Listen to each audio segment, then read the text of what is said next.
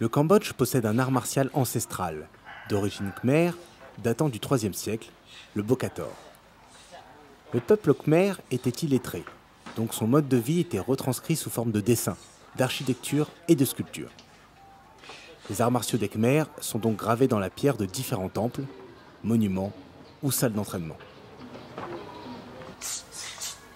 Bokator signifie en khmer « cogner le lion ». Peu d'informations nous sont parvenues sur ses origines. Cet art martial, né au IIIe siècle, n'a été codifié qu'au IXe siècle, sous le règne de Jayavarman VII, le plus grand roi d'Angkor.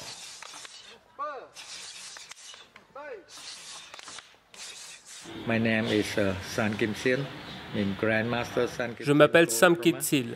Je suis ceinture d'or et grand maître du Bokator.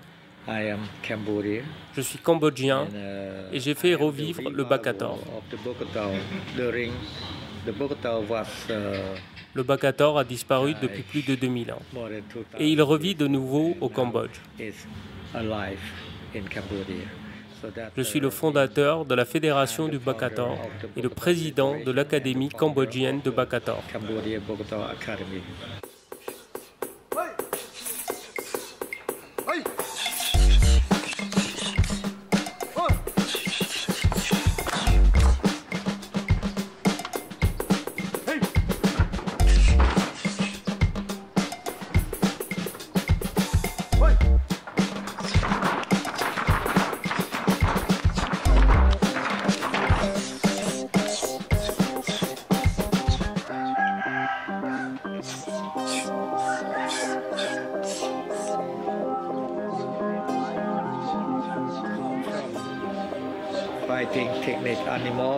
Le Bokator s'inspire des techniques de combat d'animaux et des arts comme la danse traditionnelle, l'apsara. C'est cet ensemble qui a donné naissance à notre art martial. Au Bokator, avant de combattre, nous devons prier et respecter l'esprit de nos grands maîtres. Nous le faisons également en dansant avant et à la fin de chaque combat.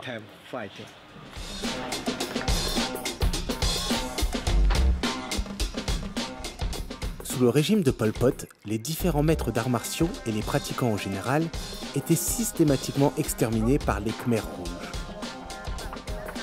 De nombreux maîtres se sont donc réfugiés à l'étranger, d'autres ont tout simplement arrêté d'enseigner.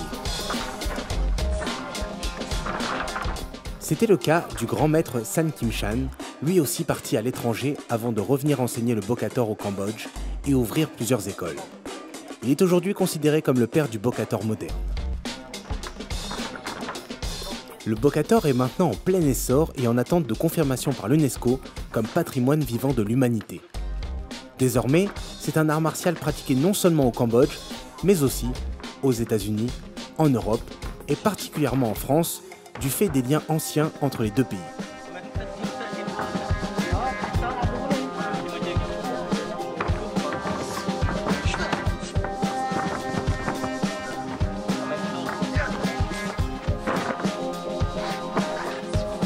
Dans le Bokator, on apprend des techniques de combat, mais aussi des techniques de self-défense contre un ou plusieurs adversaires.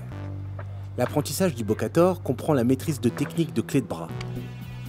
L'avantage des clés de bras, c'est de maîtriser une personne en réduisant le risque de blessure. Généralement, la technique consiste à utiliser la douleur provoquée par une clé pour soumettre l'adversaire et le projeter au sol ou l'immobiliser.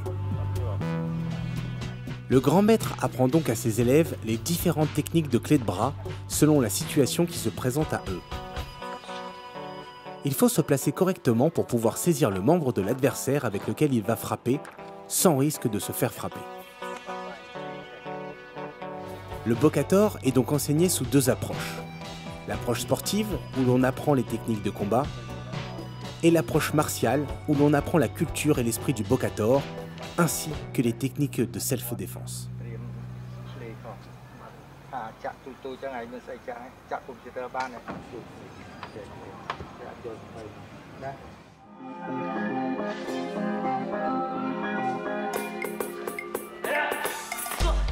Aux origines du Bokator, les principales techniques consistaient à armer les bras en les recouvrant de cordes. Ces techniques permettaient de contrer les adversaires armés de lances ou d'épées et de contre-attaquer. Ainsi, le bokator est connu pour l'apprentissage des différentes techniques de coups de poing ou de coups de coude.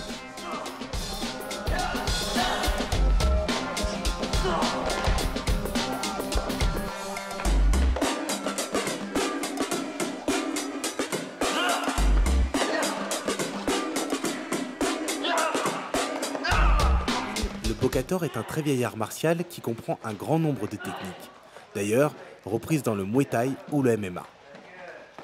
Dans le classement des boxes, le bokator est une boxe pied-point.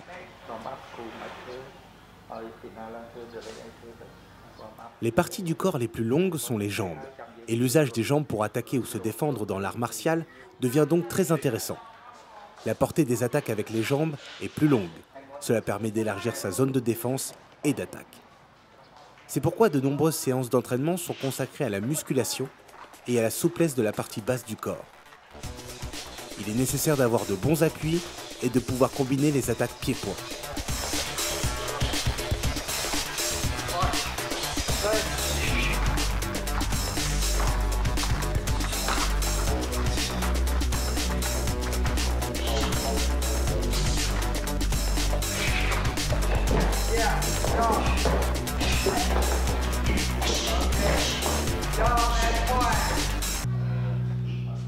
Peu d'informations détaillées concernant les techniques du bokator au IIIe siècle nous sont parvenues. D'autant plus que les premières tentatives de structuration de la discipline datent du IXe siècle. Le grand maître tente de perpétrer la transmission d'une partie du savoir qui a été redécouvert. Aujourd'hui, il essaye de redonner la place qu'occupait le bokator au sein des différents arts martiaux grâce aux différentes écoles qu'il a ouvertes.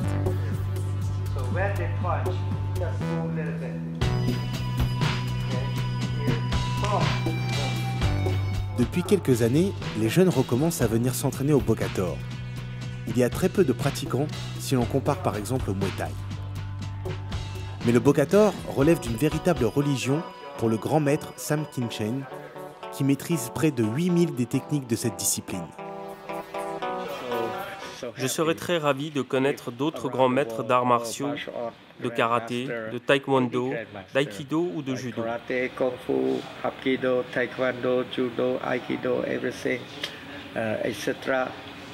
Peu importe leur pratique, nous sommes une famille. Nous ne sommes pas des ennemis. Parce que les arts martiaux nous apprennent à respecter les uns des autres. Si nous nous affrontons, c'est sur un ring ou un tatami, mais aussi dans des compétitions et dans des festivals d'arts martiaux, où nous prenons du plaisir et nous respectons les uns et les autres. Théoriquement, les combattants portent les symboles de l'uniforme de l'ancienne armée khmer. Ils portent une écharpe traditionnelle autour de la taille et une petite corde de couleur bleue et rouge au niveau de la tête et des biceps. L'écharpe autour de la taille permet d'indiquer le niveau des combattants.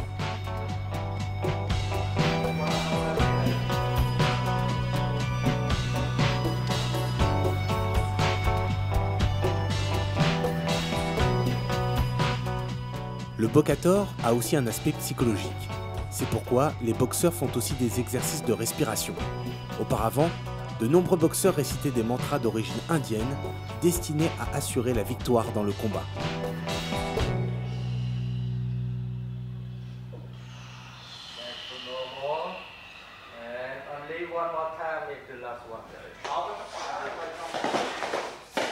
Contrairement aux autres boxes, dans la boxe du lion, on apprend à manier un certain nombre d'armes, telles que le bâton. C'est donc en soi une discipline très complète, puisqu'on y apprend les techniques de self-défense et de maîtrise d'armes, mais également à utiliser efficacement ses poings et ses pieds dans un combat non armé. Comme pour les autres arts martiaux, il existe différents niveaux. Il existe des ceintures de différentes couleurs, qu'on appelle des kramas, et qui ressemblent à des écharpes. Elles permettent de distinguer les boxeurs de différents niveaux. Le passage au niveau supérieur se fait par la maîtrise d'un certain nombre de techniques. Par exemple, pour atteindre la ceinture noire, il faut maîtriser au minimum 1000 techniques de combat à main nue. Chaque passage de niveau se fait par la remise d'un diplôme et d'une ceinture. Vous êtes les bienvenus, que ce soit pour la pratique sportive ou bien la pratique traditionnelle, que vous soyez jeune ou vieux, et même les femmes.